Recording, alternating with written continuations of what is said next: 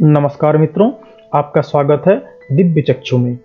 आज हम बात करेंगे धृतराष्ट्र, पांडु तथा विदुर की जन्म कथा। पिछले वीडियो में हमने देखा परशुराम और भीष्म के बीच भीषण युद्ध क्यों हुआ था। तो आइए शुरू करते हैं। अंबा के वन में चले जाते ही अंबिका और अंबालिका दोनों के विवाह भीष्म ने अपने भाई विचित्रवीर्य से करवा दिया। अंबिका और अंबालिका जैसे सुंदर पत्नियों को पाकर विचित्रवीर्य अति कामासक्त रहने लगे। कामासक्त रहने के कारण वह क्षय रोग से पीड़ित हो गए।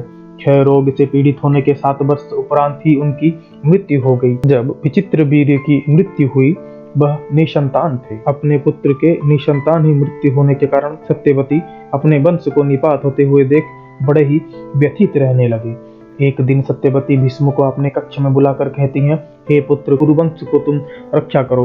अब तुम्हारे ही हाथ में कुरुवंश की धरोहर है। और कहते हैं, तुम अपने भाई की पत्नियों से अपना संतान उत्पन्न करो और हस्तिनापुर के राजकार्य को निर्वाह करो। लेकिन भीष्म कहते हैं, हे माता, आपके विवाह का समय मैंने जो प्रतिज्ञा ली थी मैं उसे किसी भी स्थिति में भंग नहीं कर सकता, इसीलिए आप मुझे क्षमा करें। मैं आपके आज्ञा का अनादर कर रहा हूँ। तत्पश्चात सत्यवती को अपने वंश को शांत होते हुए देख बड़े ही चिंतित रहते हैं। एक दिन उन्हें अपने प्रथम पुत्र तथा उनके और पराशर जी के संगम से उत्पन्न हुए वेद वेदांग में पारंगत वेदव्यास की स्मरण आती है। और वेदव्यास को स्मरण करते ही वेदव्यास तुरंत ही माता के सामने प्रकट हो जाते हैं और कहते हैं, हे माते, आपने मुझे स्मरण किया। सत्यवती वेदव्यास को देख बड़े ही प्रसन्न हो जाते हैं और अपने पूरी व्यथा उनके सामने प्रकट करते हैं। यह कहते हैं, तुम्हारे दोनों छोटे भाई निसंतान ही स्वर्ग सिधर गए। अब तुम्हारे ही हाथ में कुरुवंश को रक्षा करने की धरोहर आ पड़ी है। वेदव्यास ने कहा, जैसी आपकी आज्ञा माते। कहते हुए उन्होंने सत्यवती से कहा, अपने दोनों रानियों से कहो 1 वर्ष तक नियम व्रत पालन करते रहें। 1 वर्ष उपरांत महर्षि वेदव्यास एक दिन हस्तिनापुर आते हैं और माता सत्यवती से कहते हैं, मैं अपने कुटिया में तपस्यारत रहूंगा।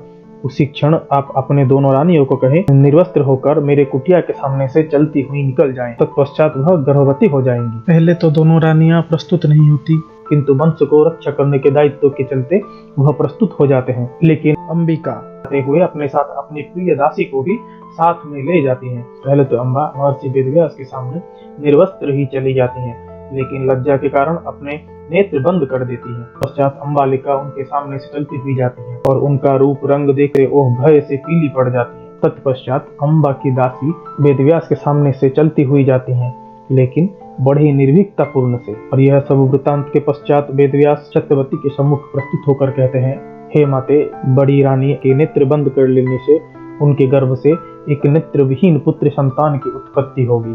अंबिका के भय से पीले पड़ जाने के कारण एक पंडु रोग से पीड़ित एक संतान की उत्पत्ति होगी। किंतु दासी के निर्भीकता से मेरे सामने से चले जाने के कारण दासी के गर्भ से एक उत्तम नीति शिक्षा में पारंगत और वेद वेदांग में पारंगत एक पुत्र संतान की उत्पत्ति होगी। समय आने पर अंबा के गर्भ से एक नेत्रविहीन बालक जन्म हुआ, जिसका नाम धृतराष्ट्र रखा गया और वो गंधर्व हंसराज के ही अंश थे। और अंबालिका के गर्भ से पंडु रोग से पीड़ित एक पुत्र संतान की उत्पत्ति होती है, जो गंधर्वराज हंस के ही छोटे भाई थे। लेकिन दासी के गर्भ से एक उत्तम बालक की जन्म होती है, जिसका नाम विदुर रखा जाता है। वह वेद वेदांग में और नीति शिक्षा में भी पारंगत, जो कि धर्मराज के ही अंश थे। अब आगे के वीडियो में देखते हैं धर्मराज को शूद्र योनि में ही क्यों जन्म लेना पड़ा था। अगर यह वीडियो अच्छा लगा हो, subscribe, share, like and comment.